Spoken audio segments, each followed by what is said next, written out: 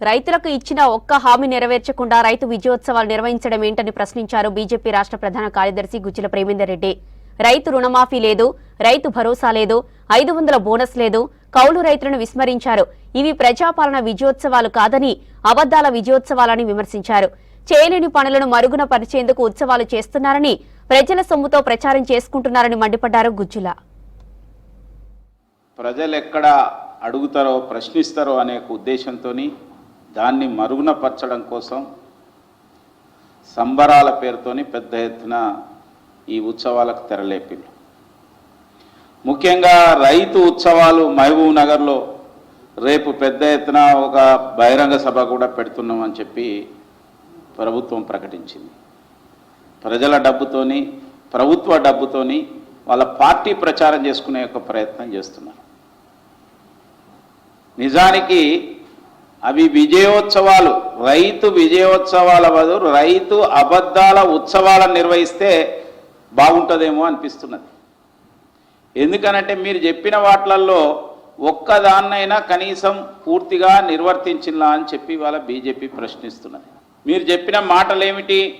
రైతు దీని విషయంలో మేము రాగానే 2 లక్షల రూపాయల యొక్క రుణాలన్నింటినీ రైతులకు మాఫీ చేస్తామని చెప్పి కేవలం 100 రోజుల లోపల, లేదంటే మొదటి రోజే 7వ తారీఖు కానీ 9వ తారీఖు కానీ ఏ రోజు ప్రమాణ స్వీకారం చేస్తే ఆ రోజే మాఫీ చేస్తామని చెప్పి ప్రగల్భాలు పలికింది.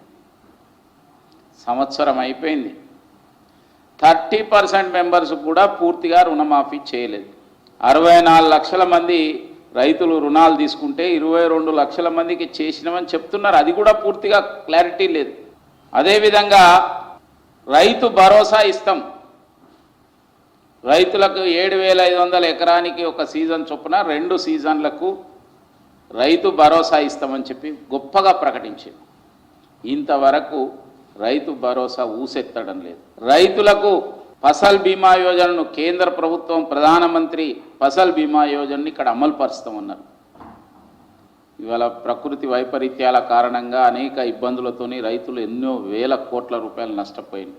ఈరోజు అది ఉంటే ఎంతో లాభం జరిగేది, అది చేయలేదు. కౌలు రైతుల అకౌంట్లో 12,000 రూపాయలు వేస్తామన్నారు. రైతు కూలీల అకౌంట్లో 12,000 రూపాయలు వేస్తామన్నారు. రైతు బీమాను, వ్యక్తిగతమైన యొక్క బీమాను అమలు పరుస్తామన్నారు, అది చేయలేదు. బోనస్ను ప్రతి పంటకు 5,000 రూపాయలు, అట్లా 10 పంటలు. ఇది నేనేదో ఊరికే చెప్పడం లేదు. కాంగ్రెస్ పార్టీ ఎన్నికల ముందు అభయహస్తం పేరుతోని మేనిఫెస్టో రిలీజ్ చేసింది. ఆ మేనిఫెస్టోలో రైతు డిక్లరేషన్ అనే పేరుతోని వాళ్ళు ఇచ్చిన యొక్క